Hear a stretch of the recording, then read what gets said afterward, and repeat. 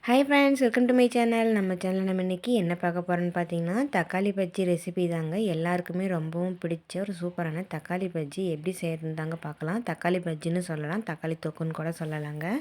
ரொம்ப சுலபமாக செஞ்சிடலாங்க. இது சாப்பாடு, சப்பாத்தி, தோசை, இட்லின்னு எல்லாத்துக்குமே வச்சு சாப்பிட்லாங்க. வீடியோக்குள்ளே பார்த்துக்கு முன்னாடி நம்ம சேனல் இது வரைக்கும் சப்ஸ்கிரைப் பண்ணாதீங்க, சப்ஸ்கிரைப் பண்ணிக்கோங்க. அப்படியே நம்ம வீடியோ பிடிச்சி மறக்காம நம்ம வீடியோக்கும் லைக் போட்டு விட்டுருங்க ஃப்ரெண்ட்ஸ். இப்போ வாங்க வீடியோக்குள்ளே போகலாம்.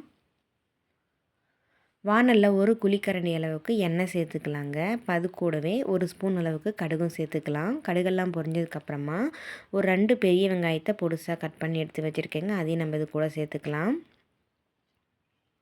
வெங்காயத்தெல்லாம் சேர்த்துட்டு ஒரு 2 கொத்து கருவேப்பிலையும் நம்ம இது கூட சேர்த்துக்கலாம்.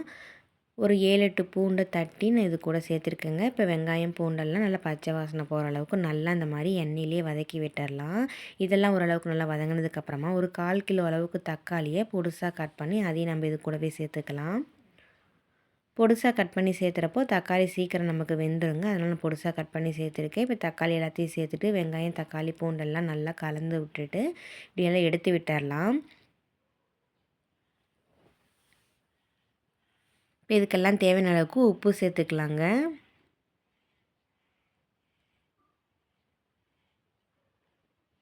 உப்பு சேர்த்துட்டு நல்லா கலந்து விட்டுடலாம். இப்போ அது கூடவே ஒரு 1/4 ஸ்பூன் அளவுக்கு நம்ம மஞ்சள் தூளும் சேர்த்துக்கலாங்க.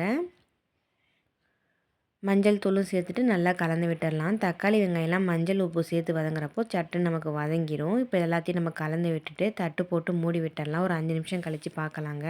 இப்போ தக்காளி, வெங்காயம்லாம் நல்லா கொலைய வெந்துருச்சு பாருங்கள். இப்போ இது கூட ஒரு 2 ஸ்பூன் அளவுக்கு சாம்பார் தூள் நம்ம சேர்த்துக்கலாம். சாம்பார் தூளையும் சேர்த்துட்டு நல்லா கலந்து விட்டுடலாங்க. நல்லா மசாலா எல்லாம் தக்காளி வெங்காயத்தோடு நல்லா ஒட்டி வரட்டும். நல்லா இந்த மாதிரி கலந்து விட்டுடலாம்.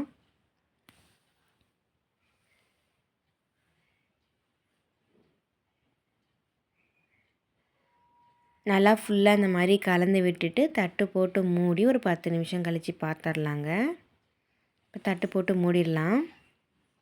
இப்போ ஓப்பன் பண்ணி பார்த்தோம்னா சூப்பரான தக்காளி பஜ்ஜி இல்லைன்னா தக்காளி தொக்குன்னு சொல்லும் இல்லைங்களா, அது தயாராகிடுச்சு பாருங்கள். இப்போ ஸ்டவ்வை நம்ம ஆஃப் பண்ணிவிட்டு கொஞ்சமாக மல்லித்தலை தூவி இறக்கிடலாங்க. அவ்வளோதாங்க. ரொம்பவும் சிம்பிளாக சூப்பராக ஒரு சூப்பரான தக்காளி தொக்கு இல்லைன்னா தக்காளி பஜ்ஜி எப்படி செய்யுதுன்னு நம்ம இந்த வீடியோவில் பார்த்தோம்.